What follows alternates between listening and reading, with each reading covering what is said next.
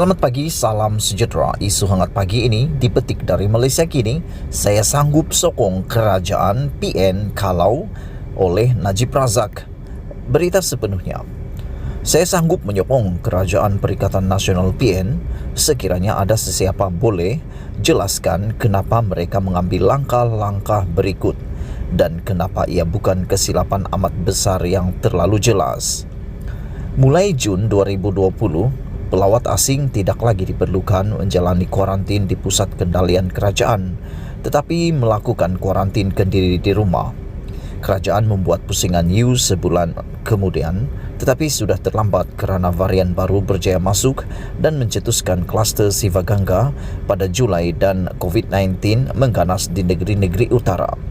Inilah sebenarnya punca gelombang ini, bukan sekadar pilihan raya negeri PRN Sabah yang berlangsung 2 bulan kemudian. Nombor 2. Pada Oktober 2020, kerajaan menetapkan mereka yang baru pulang dari PRN Sabah hanya perlu menjalani kuarantin kendiri selama 3 hari saja.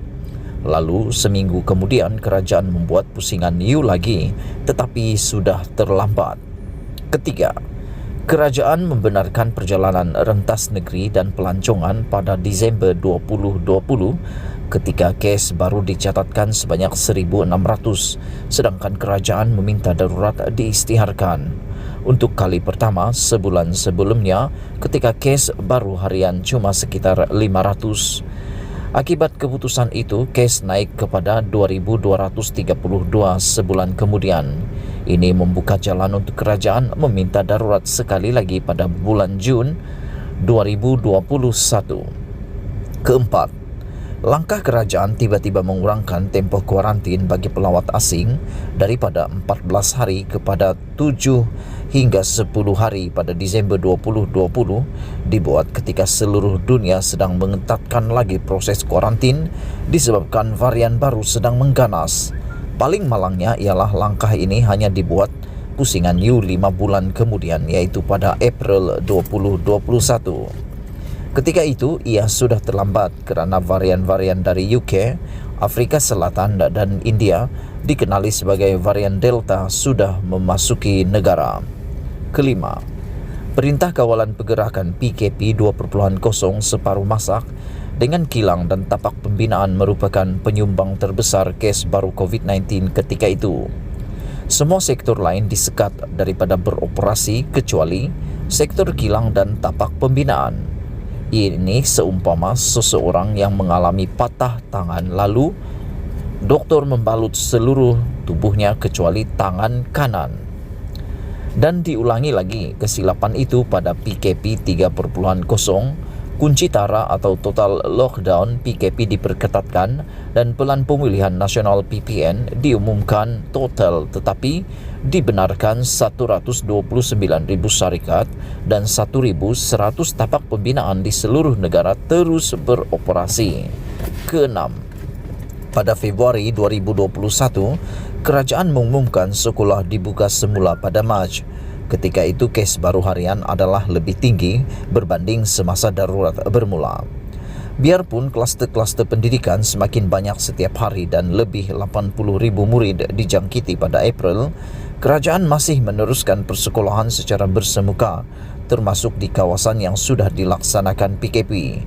Malah, ibu bapa disuruh, jangan risau, kononnya kerajaan ada cara untuk mengawal kluster pendidikan.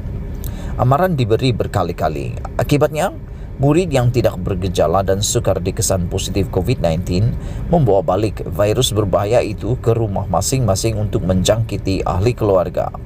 Ahli keluarga pula menularkan virus kepada komuniti sehingga COVID-19 menjadi sporadik di mana-mana. Ketujuh, kerajaan menunggu sehingga penggunaan kapasiti unit rawatan rapi ICU mencecah 103% sebelum mengumumkan kunci tara pada Jun. Biarpun Ketua Pengarah Kesihatan dan beberapa menteri sudah pun memberi amaran bahawa penggunaan ICU hospital sudah membimbangkan seawal April. Langkah lembab ini menyebabkan sistem hospital tidak mampu bertahan. Paling menyedihkan ialah langkah-langkah tersebut terlalu jelas merupakan kesilapan besar yang tidak masuk akal ketika ia dilakukan. Melainkan memang niatnya ialah untuk membiarkan COVID-19 supaya ada alasan untuk meminta darurat dan darurat itu tidak ditamatkan awal. Setiap kali langkah-langkah di atas dilaksanakan, saya telah berulang kali memberi amaran bahawa ia akan membawa situasi parah pada negara, tetapi kerajaan tidak mahu dengar. Ya, pandemik mengancam seluruh dunia, tetapi Malaysia tidak jadi antara negara paling corot dalam dunia dari segi COVID-19 dan ekonomi tanpa sebab. Malaysia tidak menjadi satu-satunya negara dalam dunia yang menunjukkan betapa makin lama kita berkurang, semakin tinggi kes COVID-19 dikesan, biarpun kerajaan sudah diberi kuasa penuh darurat selama 7 bulan. Perlu ada orang yang bertanggungjawab atas kesilapan-kesilapan di atas kerana ia terlalu jelas dan tidak masuk akal. Kerosakan serta kehilangan nyawa yang disebabkan oleh langkah itu adalah terlalu besar. Ditulis oleh Najib Razak dan ini ialah ahli Parlimen Pekan dan bekas Perdana Menteri. Tulisan ini dipetik dari hantarannya di media sosial. Sekian isu hangat petang ini. Jangan lupa tekan butang subscribe dan kita jumpa lagi. Bye-bye.